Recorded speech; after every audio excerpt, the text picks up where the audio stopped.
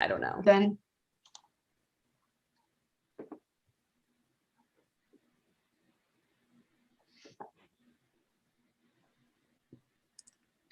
All right, good afternoon, everyone. Welcome to this week's Scandalaris Center webinar.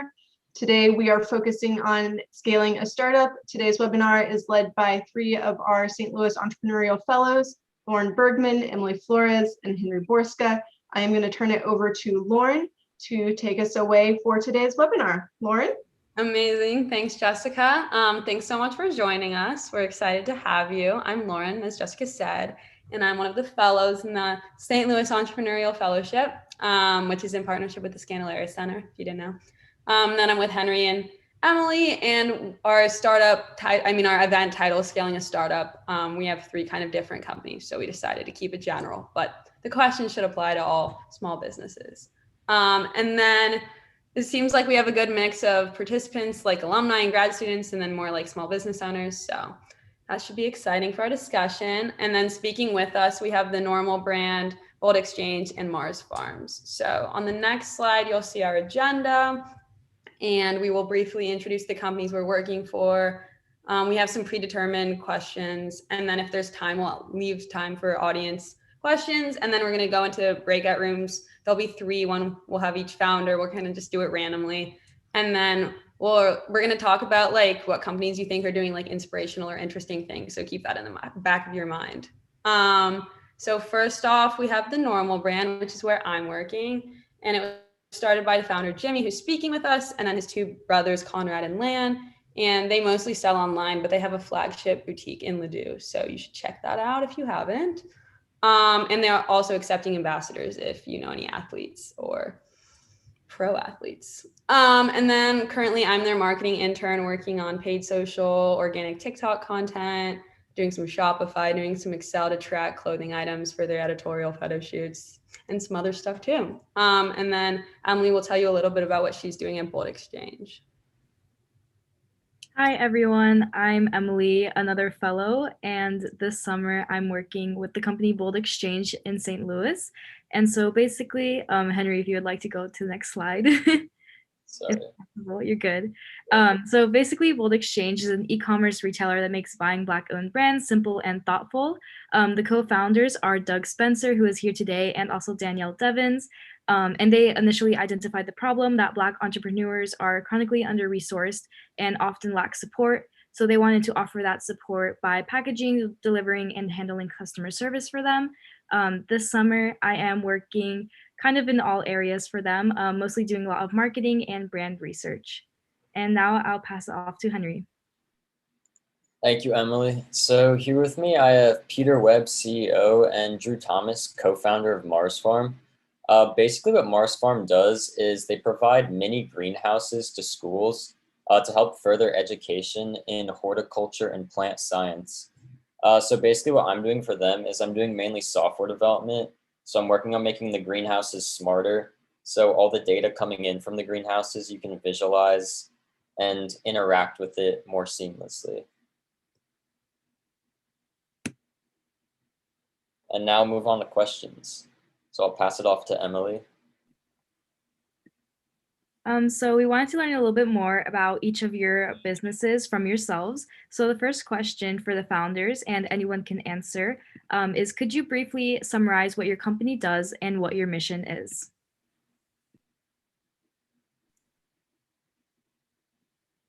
I guess I'll start. Emily, you did a great job summarizing what we do. I guess the short of it is Bold Exchange doesn't actually make products, but we really want to be the conduit, excuse me, for so many Black-owned brands who, like Emily said, have been under-resourced and underfunded for a very long time. And for us, that means shipping, like she said. We are about 16 months old and we've shipped Black-owned goods to 43 states in the US.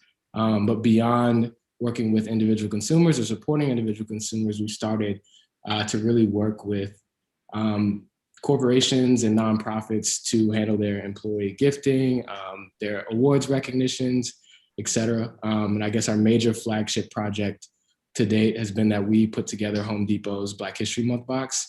So really our goal is that we just want to help these brands get much bigger than they are now. and really alleviate a lot of the challenges that have kept them from doing that before, and really be that online resource. So I think I answered the question. Excellent. So I'll go next. I'm with Mars Farm, and Henry is our intern this summer. He's really working on what we would consider to be our web application, which allows students, mostly high school students in rural United States, so Midwest, as well as the Northwest United States primarily. There's a lot of students who actually go to high school with the primary intention of becoming a farmer. So we specifically try to get into those vocational high school and 2-year educational programs and provide them with equipment so the students can run experiments and better understand how to optimize plant growth. So these are kids who are going to be poinsettia farmers, if you will, or go on to work in greenhouses or in vertical indoor farms, more higher tech applications, primarily in controlled environments. That's what we do, and we're really trying to enable the next generation of farmers to empower them and educate them through our equipment. So we have a lot of challenges as a hardware company that's also building a solution for an education market. So got a lot to do. And the equipment that he's talking about is kind of like Henry described, as a small greenhouse, maybe countertop size, a little bit bigger than a Keurig, and it just basically has sensors, some heating element, LEDs, etc. Everything you need to grow a plant inside. And students control that, and they're able to manipulate that to provide a recipe that creates for a delicious plant. And the web application that Henry's working on is the thing that actually controls that device. So that's it from us. I'll go. The NORRAN was started 2015 with the idea of just making normal clothes better. So we have a huge emphasis on comfort, durability, and versatility. We try to offer a great value product, so sub-premium price point, and style and kind of the aesthetic is inspired by the life lived in the Midwest, and hoping to spread that style around the country. Awesome. Thank you so much. Our next question for you guys is, what did you do before starting your business? I worked in, I would say that my most applicable experience would have just been starting businesses my whole life. So from the time I was like 12, I ran sports camps that we started, my brothers and I. It was like glorified babysitting. And then in high school, I sealed driveways, a little business on my own. And then in the summers, in college, I actually sold poinsettias. So those poinsettia farmers, I wish I was dealing directly with them. Probably margins would have been better, but I sold those to restaurants, doctors' offices, country clubs, churches, whatever. Like during exam week, actually at WashU, I did that every year. And then after school, I worked in investment banking for 2 years and hated everything about it. And then I quit and tried to start one business that failed, and then the NORRAN happened. Yeah, I'll go. So I actually started out with engineering, and then eventually transitioned to like aerospace manufacturing. So up until this year, we started Mars Farm 3 years ago, but up until this year, I kind of did both with a day job in CNC programming and Mars Farm as well. Yeah, and I'll be brief here, but I worked for a refrigeration manufacturer here in St. Louis, and that ignited my passion for food and the food system. Yeah. Excuse me. So for me, some similarities and differences from Jimmy. I never wanted to be an entrepreneur or never planned to be, but out of undergrad, I was accepted to Columbia Law School, was gonna go. 2 weeks after graduating law school, I withdrew from Columbia Law School. So I really hated the law firm experience that I had in a very short period of time. And Bold Exchange, the early version, started basically at that point. It was a blog that has developed into a different concept, but it's been the same mission. So kind of stumbled into entrepreneurship and haven't really had a full-time job before that. I've done other things that have been like my, keep the lights on type behavior. But since that point, it's been trying to figure out how to make Bold Exchange what it is now. So. Awesome. So our next question is why is your company in St. Louis, and has St. Louis offered any unique opportunities to you?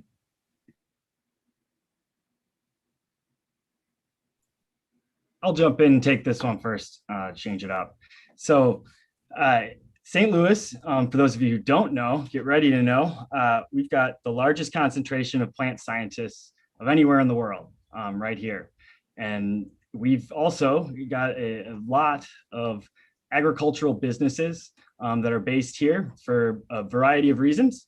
But probably in the most simplest terms, you could just say because we're in the middle. So there's a lot of big ag companies based here. And so there's a lot of money, honestly, and a lot of money looking for innovation. So, there's a thriving community, both in research as well as the universities, WashU being no exception to that in terms of plant science research. That really is an outlet, I think, for a lot of students who are interested in STEM careers, but they might not initially think that they would like to go into agriculture. So we're excited to be a part of that community, both in terms of the ag tech startup community as well as the plant science research community. Yeah, and because we're talking to students too who might want to be entrepreneurs like in the future, another real answer to that is because we met here and we didn't have a good reason to move, to be honest. And St. Louis has been great to us. T-Rex is where we're at right now, and it's super affordable. It's a great startup community, and St. Louis in general has an amazing startup community. Lots of opportunities all over the place. Yeah, we would be lying if we said St. Louis didn't actually influence the direction of our company being, in things we don't pivot from. Yeah. I'll go next. So ended up in St. Louis because Bold Exchange was fortunate enough to receive an Arch grant. So if you're familiar with Arch Grants, it's a nonprofit that gives early stage companies a $50,000 grant, and the string that's attached is you have to move to St. Louis. So moved here in January, had never been to the Midwest. I was born and raised in DC. I need to get some more winter clothes before winter comes back because I was not ready. So that's how I ended up here. And I think just being young and saying why not, but I think that's an entrepreneurial thing as well. So many things change that you just have to adapt to. I guess for the company itself, Arch Grants, and then to have someone like Emily on board wouldn't have happened without moving here. But I'd say also because we ship so many things and we're an e-commerce based business, California is a top 3 state for us. So to be able to ship things from St. Louis to California rather than from the East Coast is a huge advantage for us financially. So I love everything about St. Louis so far, except for the negative degrees in the winter. So. Yeah, for me, I grew up here, and starting the company here, it was actually like, it's in our logo, it was a big part of like the imaging, the core, the idea of starting a fashion company that kind of put a highlight on life in the Midwest was important to us. And we won an Arch grant too, but we'll be here for good. Awesome. Thank you so much. And so we know that starting your own business comes with a lot of challenges. So we were wondering if you guys could each share a challenge that you have faced when starting your own business.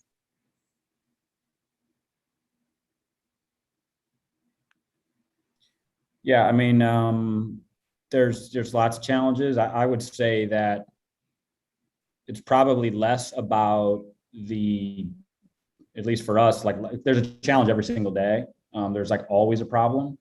But I felt things change when we kind of took like the mentality approach of like the burn the boats mentality, kind of, you have no other options but to work through your challenges, because and it's kind of a skill that you learn, at least for us, I think. You get hardened to it, and the problems that you just kind of get through problems, and there's a problem every single day, but it becomes, I don't know, like, you just get a little tougher, I think, and they bounce off you a little bit. I remember the beginning problems, I thought that everything, like every day, like the world was ending. And then once you kind of get through that stuff, there's not to say that there could be big, huge problems that could be like company altering problems. But if you have I think the right mentality, I think you can kind of get through that stuff. Yeah, I think Jimmy hit it on the head. Something I tell myself is never get too high on the highs and too low on the lows, because every single day something is going to happen. And a lot of times it's something I didn't wake up thinking that would be, what was on my plate. So I feel like managing the mental is the hardest part, but also the most important part. I think everyone does it differently. For me, like, entrepreneurship has made me change my diets, made me change like my workout schedules, made me do so many things to just be better prepared to handle each day. And I think that's, as long as we're alive and the business is alive, that's going to be the case. So trying to stay balanced. Yeah, definitely. I would agree with both of those things. Absolutely, 100%. Something else that I've found really difficult too is the fact that you don't, like, whenever you get a job, just a regular job, where you work for somebody for a defined position, you know exactly what you're getting into in general of what you're going to be doing. But with entrepreneurship, you have your skill set that you come in with, and then you have to learn, like, put together with your founding team, every other skill set that isn't, checked off on like by some member of your team. You have to learn how to do that, whether it's accounting or, supply chain management, all the difficult things that people devote their entire careers to. You have to learn enough in a very short amount of time to be able to do that effectively enough to keep your business alive. And we were talking about earlier today too, how one of the worst things is the feeling that you never get to dive into anything and completely learn one thing. And also the thing that you come in with is your domain knowledge, and the thing that you're best at, you're going to slowly lose that because you don't get to do that every day anymore. And so it's an interesting balancing act. You kind of become a true jack of all trades and master of none. Yeah, no, all that. And to be brief, you got no money, and you also got this problem where you got to work all the time to get any money. Yeah. And then you also have to manage your own personal relationships and mental health. And where do you put your time? And prioritizing between those three becomes like really difficult. And so I encourage you, as you're young, to just strive for opportunities to force yourself to adapt, and make sure that you have the mental training wheels, if you will, to undergo a lot of stress. Mm-hmm. And honestly, the biggest decision you will ever make with your company is not what you do, it's who you found the company with. Yeah, so whether that's yourself or other people, be very sure that you have a solid team and you can get along with those people. And it's sometimes a friendship is not good enough. Yeah. So, and I'm done. Thank you so much for sharing all of that. So our next question is, what is your favorite project that you are currently working on, or that you have worked on in the past within your company? We're opening a new store in Nashville that I'm excited about. And so it's kind of a rush right now. There's a lot going on, and we're learning things, and in fact, we'll probably be opening a few stores this year. And so it's busy, but it's fun to have a challenge, and to try to work on it as a team. Everybody kind of divides and conquers. It's grew up playing on teams, and anything like this is always, I think it's rewarding.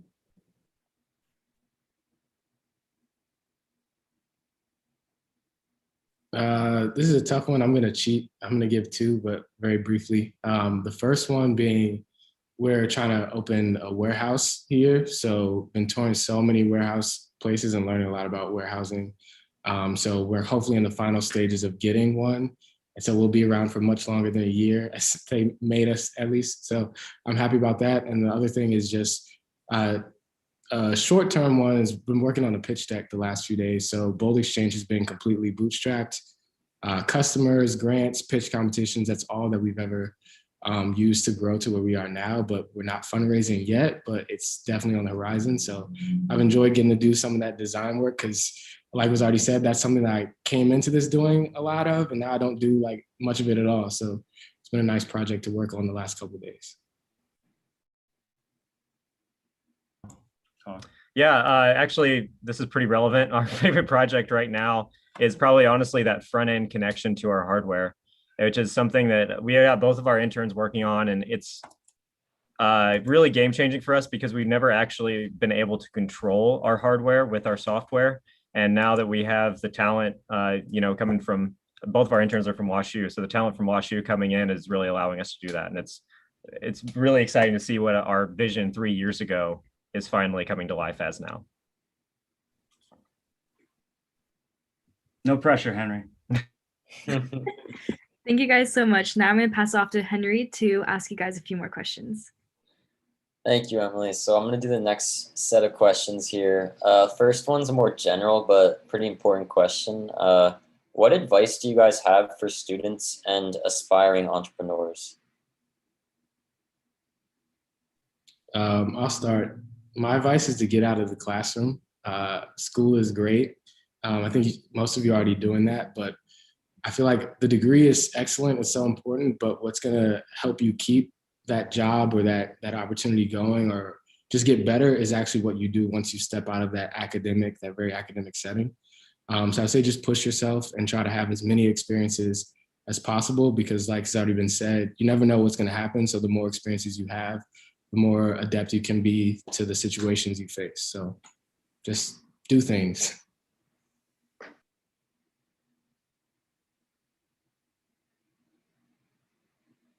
Sorry, I was looking for the unmute.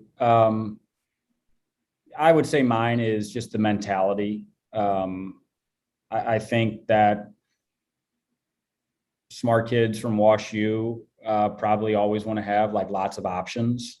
And I think if you give yourself lots of options, but you want to enter the field of starting your own thing, those don't line up because at least they didn't for me. So I would just say the mentality of kind of stripping away all of your options and just focusing, being completely dedicated to achieving one thing and fighting through all the adversity is the best advice I ever got.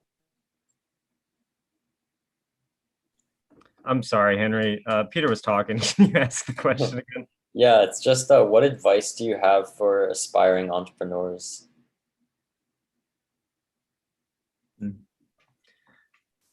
I think to find a handful of individuals that you really try to study, both in a technical field that you're interested in, as well as just like more general like leaders, maybe not even in business, probably morally better they're not. So, read biographies, things like that. And also keep in mind that, imposter syndrome is real, where the feeling of like not being able to do something that or not being good enough to do something that you need to go do. But it's very easy to like get enough skill in the thing that you need to do to at least get it done. So don't give up when you feel imposter syndrome is the biggest thing. Yeah. Really. Cool. Thank you, guys. My next question is, as an entrepreneur, what's an area that you're surprised you're working in? So something you weren't really expecting.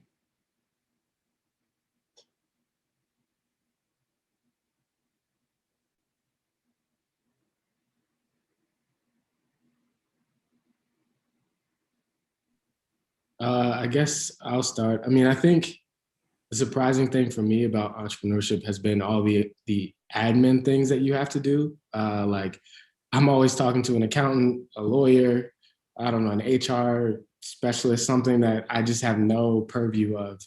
And I didn't expect that. You come in because you're passionate about your idea or whatever you're trying to build. And you don't realize how many other things play a factor into that. So I don't want to call it necessary evil, but every day almost I'm doing one of those things that I never would have imagined. So. Honestly, for me, I think how disconnected all of the different state governments and state laws are, and having to like register in every single state to do stuff, and just all the administrivia. Again, Admin it's times administrivia. 50. Yeah, Yeah. it's like literally times 50 for every single state you want to sell something in. Sometimes it's something to think about. Yeah, and hire an accountant early because we didn't. Yeah, problems happened. QuickBooks. I'd probably say the issues that you just have with managing people is something that I'd never really considered. So our team's growing, and so a lot of stuff with my day is started like being all about product, and it's kind of been more about managing people now, which you just don't anticipate. But it seems like my roles change like every year. Cool. Thank you, guys. Next question, I guess, is a little more philosophical almost, but how do you define success?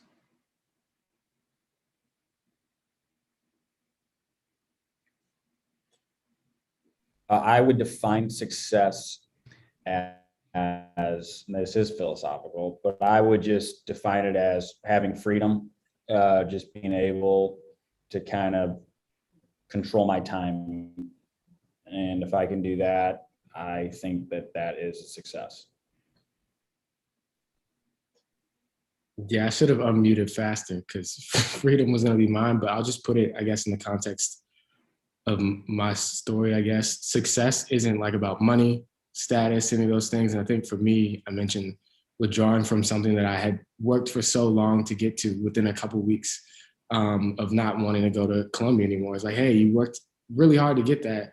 But I realized success didn't mean any of that. You know, this has been successful for me because I haven't woken up a single day as an entrepreneur and not wanted to do what I was doing. No matter how much was going on, stress, et cetera, I felt like this is what I should be doing.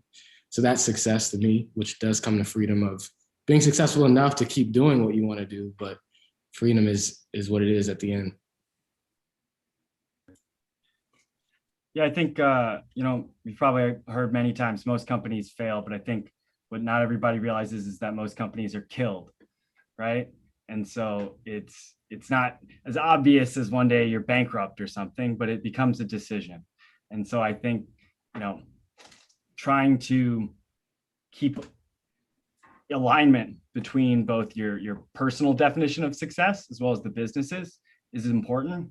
And so for myself, sort of a mental commitment I can for sure achieve, knowing that chances are we will not succeed, is being at a completely different place that would be unrecognizable to myself in terms of my ability from where I was 5 years ago. So if Mars Farms for 5 years, I want to be in a completely different career than from when I started. I think for me, I'm kind of more of a maker at heart. And so the fact that I was able to, I could like fully like design a product and find the people that might want to buy it, and then even like use some of the words in marketing that like sold them that product and justified it to them, and then they come back and they use it and they want to buy it again, is probably some of the best validation I could ever get personally. Yeah, that's what feels the best. Yeah. Cool. And that almost ties into our next question. It's a bit of a difficult question, but where do you see your company in 5 years or in 10 years, I guess? And have you kind of met your goals that you set, I guess, 5 years ago? Or if it hasn't been 5 years yet, your goals when you started?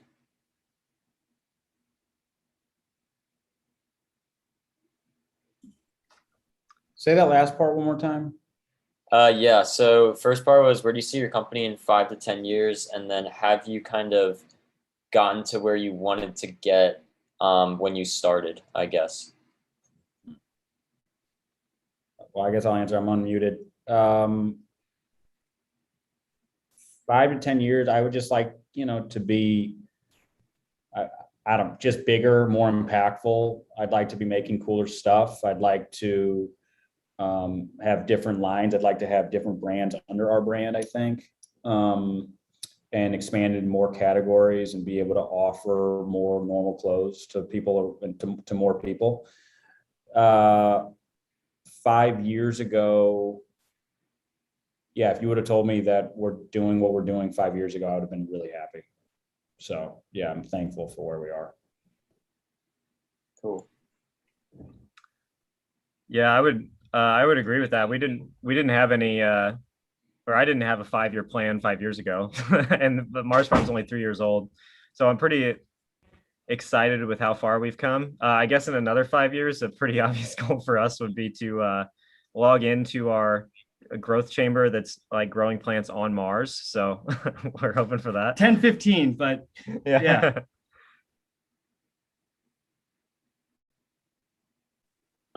This was a very hard question. I don't think I have a great answer, but 5 years ago, company wasn't even an idea yet. So can't go back that far. In 5 years, I think that we'll still be here in St. Louis, but I think that we might have a couple other locations because we ship so many things, kind of standard for companies in our space to have multiple warehouse spaces, I guess. Maybe this is still HQ in 5 years, but we're a lot bigger. In 10 years, I don't know how much the program has talked about the fundraising process, but in about 10 years, if we do decide to continue down the process we're having, we've had some kind of exit. I don't know if that means I'm still running the company or what, but I think that at least in 10 years, it would be having a huge impact. And we've really made a dent in our goal of making a lot of companies that we work with, thousands of them, multiple times bigger than they are now. So that would be a success to me. Cool. Thank you, guys. Now that's it for questions from us. I guess we'll open it up to the audience, see if anyone else has any questions.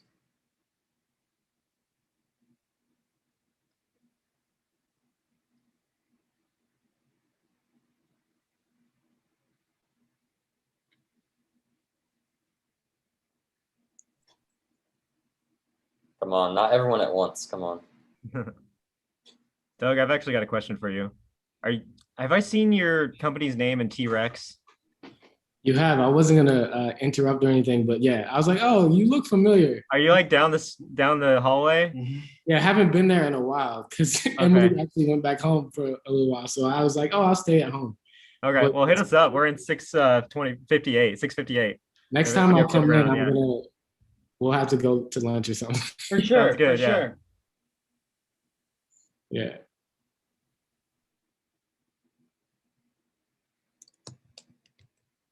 All right. It looks like there's an audience question in the chat, Henry. Others.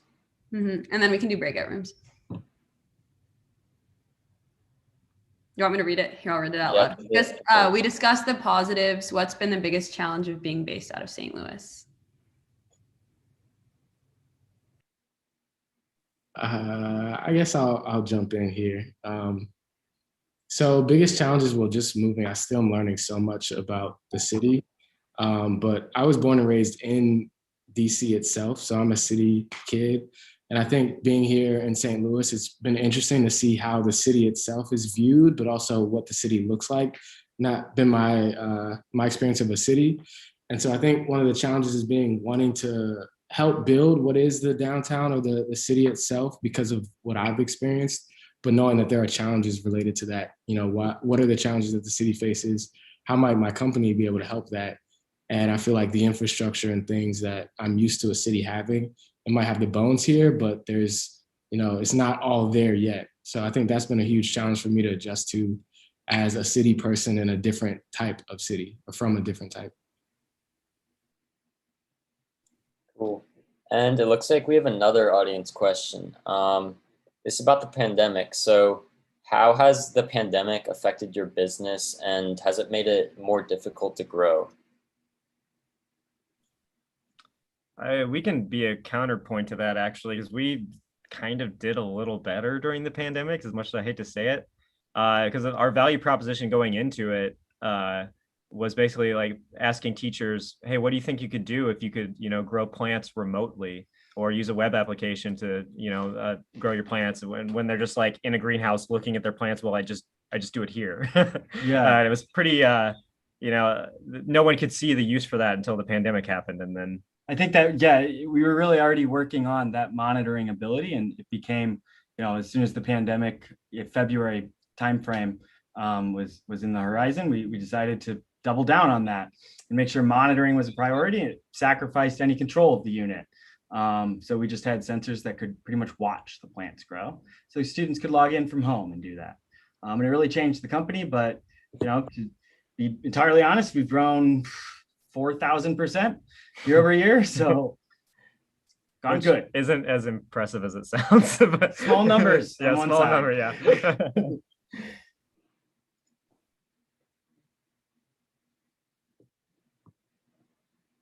Are we all answering every question? Because there's some more that came in. I don't want to Just hold it. whoever wants to. If no one wants to, I can move to the next one. Wait, I'll give a 2-sentence. We're e-commerce based. We're done. All right. We're helping people make it easier to shop Black online. So we've seen a great boost during COVID.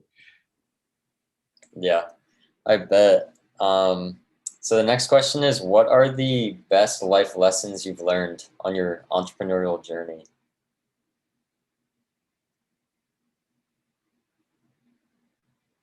I'll hop in first on this one. I think my biggest lesson has been don't look back. I think you make a decision, and this ties to a couple answers that's already been given. There's no blueprint. It's not a set job. You don't know where you're going, but you have to make a decision. So if I, based on whatever information I have, make a decision, I have to stick with that, and I have to be okay with that. And so that doesn't mean I always make the right one, but I don't second guess it, because I think you can't. Going back to the mental health thing too, or even Jimmy saying, like, you've got to make a decision. You can't have too many or analysis paralysis, and just go with it and hope for the best. So don't look back, make the right decision in that time, and then, you live and you learn. I would say mine would be don't blame anybody ever for anything. You're in control of yourself, and that mindset, I think, will lead to a happier life where you can feel like you're in control of what you do, and don't blame other people for things. I think you learn that through business, and then take it into life, and it's probably more valuable.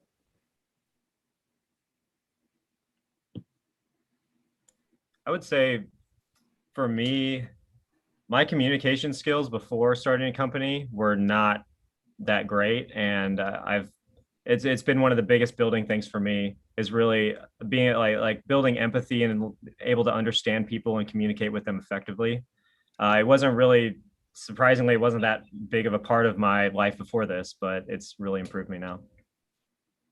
You don't really have any other option. Sorry, Peter. No, I was just going to say, I was homeschooled kindergarten through all of high school. So I'll second the socially not the greatest communicator, but diving into the deep end, knocking on doors, calling people. Yeah, get used to it always being uncomfortable. Okay, amazing. I think we're going to end it there, just because we want to have a few minutes for breakout rooms before we wrap up. Jessica kindly already divided people up into 3 groups, so you'll be in one of the 3 founders' rooms. And then if you have a question that pertains to them, you can ask it in the room, or to start the discussion. I thought it would be interesting to ask, what's a company or CEO you admire, and then what makes that company admirable. So it can be any industry. So Jessica will send us into breakout rooms, and then if you have any problems, just type it in the chat and we can help. Awesome. Thank you, panelists. Thank you, moderators. I really appreciate it. If you've joined us via live stream, I'm going to end the live